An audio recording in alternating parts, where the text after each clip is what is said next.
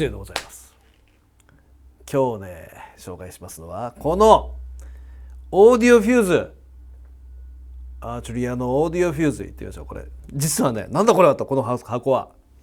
これはですね、実はね上は蓋なんですよ。これ開けます。じゃんねえ、これ実は蓋でした。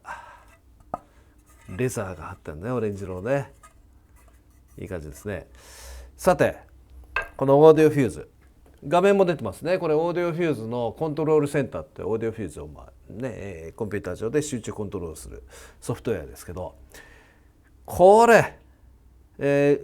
このねつまみとかボタンとかいっぱいありますけど、オーディオフューズってのはですね、アートリアが満を持して出しましたオーディオインターフェース、アドバンスドオーディオインターフェースと名前がついてますけど、アドバンスってもういう名前がついてる通りですね、いろいろ便利な機能がですねいっぱいついてるんですね。でポイントとしては、コンピューターとつないで USB 接続して、オーディオを非常にいい高品な音で出すわけですけど、当然オーディオに限らず実はですねMIDI もねここに刺さるんだよ。MIDI インターフェースもちゃんとこういうインアウトがついてるというね、オーディオ MIDI インターフェースということだね。さて見てください、画面上。このね表にはインプット2つあります。今このオレンジ色のがね、このプロフェット5につながってます。わかりますね、これね。で大きなのはアウトプットのボリュームですけど、ここでインプット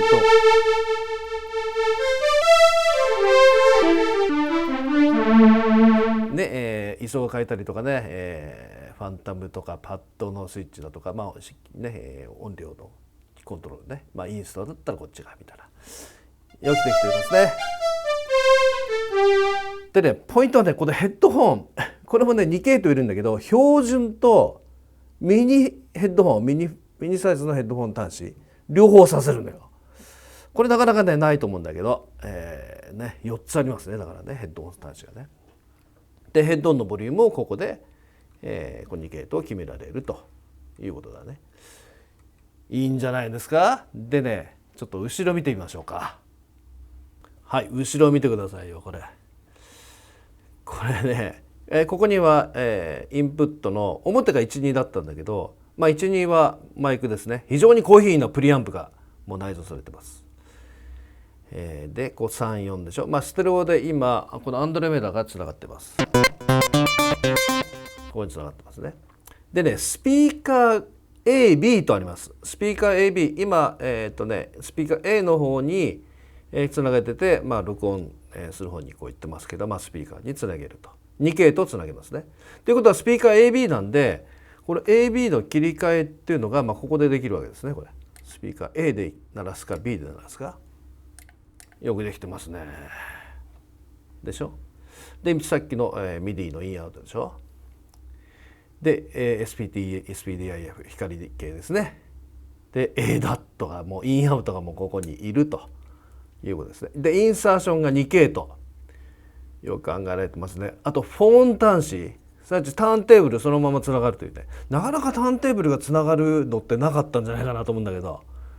よくできてます。でさらに嬉しいのがね、 USB ハブが3系統いるのよ。今はこの iRig のキーをこうつなげてますけど、とかくね、やっぱりコンピューターミュージックで DAW 使う人はやっぱりドングルのプロテクションとかあったりするんだけど、昨今の Mac はね本当ね端子も少ないですからね、こう USB が3系統ハブになっているっていうのはとても良いですね。という裏パネルでしょ。電源という形ですね。で上を見るとダイレクトとコンピューターのバランスだから、ダイレクトにすると、ダイレクトモニタリングなんで完全レイテンシーゼロですね。しかもねこれ普通につながってる状態でものすごいレイテンシー速いですね。めちゃくちゃ速いです。ご機嫌です。で性能見てみましょうか。このコントロールセンター、クロックはここまでいきます。192までいきます。今48で話しますけど、もう4896はもう当たり前の世界なんで、もう余裕で鳴らしますね。だからここで、もちろんハードウェアでできることもそうですけど、コントロールセッター上で、選ぶようなことも全く同じことで起こります。こうやって全然 OK ですね。ということですね。で、それぞれのインプットのレベルもここでできますね。例えばね3、4は裏にあるんだけども、3、4のレベルっていうのはここでも決められると。でミックスして9の1、2、トークバックとかね、よくできてますよ。アウトプットのレベルもここで決められてと。何気に便利なのが、このモノスイッチモノのバランスを取ったりとかする時って非常に便利なんだけど、ここにももちろんあります。モノスイッチね。でディムスイッチ、ディムって急に音量を落としたりとかね、それトークバックする時なんか再生の音量を落としたりとかする時に、ミキサーにはよくついてますけど、それもついてると。ざーっと見てね、今紹介して分かった通り、ここに入ってるものっていうのはユーザーが考えうる全てのシチュエーションを全て盛り込んだと。アートリアっていう会社はね、僕もいろんなところで言ってるんですけど、ユーザーからの要望もう常にウェルカム状態で、こうした方がいい、こういうアイデアはどうだ、こういうのがあると便利だっていうのはもう莫大な数リクエストが来てるわけですよ、彼らのところにね。それをねほとんど形にしてるんです。実は今までのハードウェアも全部そうで、ソフトウェアとかもこうなったらいいな、ああなったらいいなっていうので現実化してるのが、